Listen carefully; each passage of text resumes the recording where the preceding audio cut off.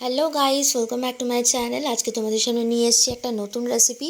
আজকে দেখো যেটা রেসিপিটা রান্না করছে সেটা হচ্ছে আমার মা রান্না করছে। আর দেখতে পাচ্ছ এখানে ট্যাংরা মাছ রাখা আছে। ট্যাংরা মাছগুলোকে একেবারে কেটে বেছে ধুয়ে রাখা আছে। আর মাছ কিন্তু খুব ভালো করে ধুতে হয়, সেটা তোমরা জানো। আমাদের এখানে কিন্তু প্রায় 5-6 বার জল চেঞ্জ করে কিন্তু মাছটা এখানে ধুয়ে নেওয়া আছে। সো আজকে ট্যাংরা মাছের রেসিপিটা রান্না করা হবে। বাট ট্যাংরা মাছের রেসিপি আমরা আমাদের বাড়িতে কী দিয়ে করেছি সেটাই আজকে তোমাদের সাথে শেয়ার করব। অনেক রকমভাবে করা যায়।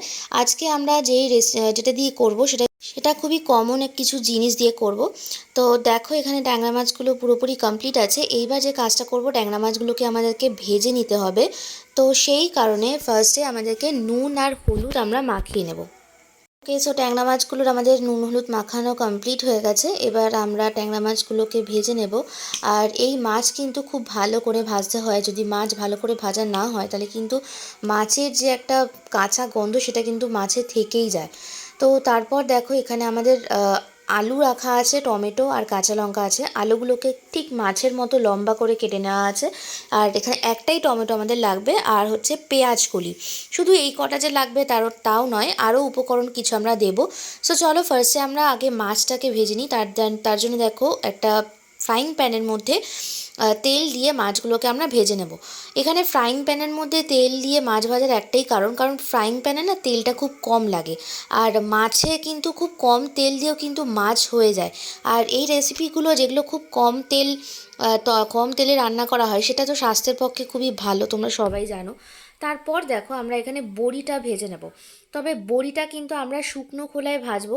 অনেকে তেল দিয়ে ভাজো, বাট সেক্ষেত্রে যেটা হয় যে তেলটা খুব টেনে নেয়, কারণ শুকনো বড়ি ডালের বড়ি যেহেতু, সেই কারণে খুব প্রচণ্ড তেল টানে। তো সেই জন্য কিন্তু আগে প্রথমে শুকনো খোলা টেনে নিতে হবে, তারপরে আমরা তেলটা দেব, তাহলে তেলটা কিন্তু খুব কম লাগবে। তা দেখো আমাদের এখানে কথা বলতে বলতে মাছটাও প্রথমভাবে ভাজা হয়ে গেছে। আরও কিছু মাছ ছিল, সেটাকে আমরা দুবার করে ভেজে নিয়েছি। আর এখানে দেখো যে বড়িটার কথা আমরা তোমাদেরকে বলছিলাম, যে বড়িটা কিন্তু তোমাদেরকে শুকনো খোলায় ফার্স্টে টেনে তারপরে কিন্তু তেল দেবে, তাহলে কিন্তু তেলটা খুব কম লাগবে। আর প্রথমেই যদি তোমরা তেল দিয়ে বড়িটা ভাজো তাহলে তেলের পরিমাণটা কিন্তু খুবই বেশি হয়ে যায়। তারপর দেখো এবার আমাদের মেন জায়গায় আমাদেরকে ফিরে যেতে হবে। আমরা তেল নিয়ে নিয়েছি, তার মধ্যে দিয়ে দিয়েছি হচ্ছে কালো জিরে ফোড়ন। এখানে কালো জিরে ফোড়ন দিয়েই আমরা এখানে মাছটা করব। তারপরে ফোড়নটা যখন দেওয়া হয়ে গেছে আলুগুলোকে আমরা দিয়ে দেবো।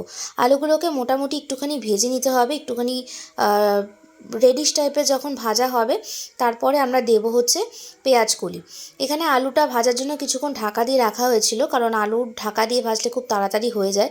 আলু ভাজা হয়ে যাওয়ার পর পেঁয়াজ কলিগুলোকে দিয়ে দেবো। আমরা এখানে পুরোটাই দেবো না, পুরো পেঁয়াজ কলি দেবো না, কিছুটা দিয়েছি, আবার কিছুটা অন্য রেসিপি হবে। তো সেই জন্য এখানে পেঁয়াজকুলি দিয়ে দেখো ভাজাটা হয়ে গেছে। এইবারে আমরা দেবো হচ্ছে হলুদ গুঁড়ো, আর হচ্ছে এখানে দেব আদা বাটা 1 চামচ, আদা বাটা, আর হচ্ছে জিরে গুঁড়োটাও 1 চামচ। মশলা কিন্তু খুবই কম লাগে, কারণ ট্যাংরা মাছে কিন্তু খুব একটা বেশি মশলা দেওয়ার কোনো প্রয়োজন হয় না, কারণ ট্যাংরা মাছটা কিন্তু খুব অল্প মশলা দিয়ে করলে খুব সুন্দর টেস্ট হয়। দেখো আমার এখানে কথা বলতে বলতে যে মশলাটা দেওয়া হয়েছিল সেটা কিন্তু কষানো হয়ে গেছে। তারপরে আমরা এখানে টমেটো পেস্ট করে রেখেছিলাম, মানে যে টমেটোটা তোমাদেরকে দেখানো হয়েছিল, একটা টমেটো আর কাঁচা লঙ্কা, সেই টমেটো পেস্টটা দিয়ে ভালো করে কষিয়ে নিতে হবে। আর তার মধ্যে দিয়ে দেবো হচ্ছে ধনে পাতা টমেটো পেস্ট ভালো করে কষিয়ে নিতে হবে। টমেটোর একটা কাঁচা গন্ধ থাকে, সেটা সবাই জানো। তো সেই কাঁচা গন্ধটা কিন্তু একেবারে চলে যাবে। ভালো করে কষানো হয়ে যাওয়ার পর তারপর এখানে আমরা পরিমাণ মতো জল দেব, কারণ আমাদের আলুটাও কিন্তু সেদ্ধ হওয়ার একটা ব্যাপার আছে।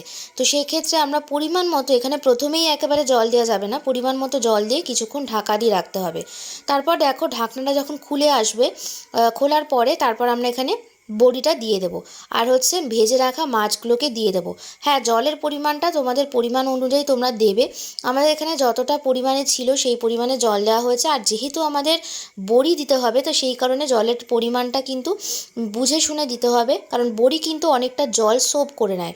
তারপর দেখো কিছুক্ষণ এটাকে ফোটালেই কিন্তু আমাদের মাছের এই রেসিপিটা কিন্তু কমপ্লিটলি রান্না হয়ে যাবে। আর যেহেতু শীতকাল প্রায় চলেই যাচ্ছে, পেঁয়াজ কলির সিজনও প্রায় শেষ হয়ে যাচ্ছে, তো সেই জন্য আজকে তোমাদের সাথে এই রেসিপিটা শেয়ার করলাম।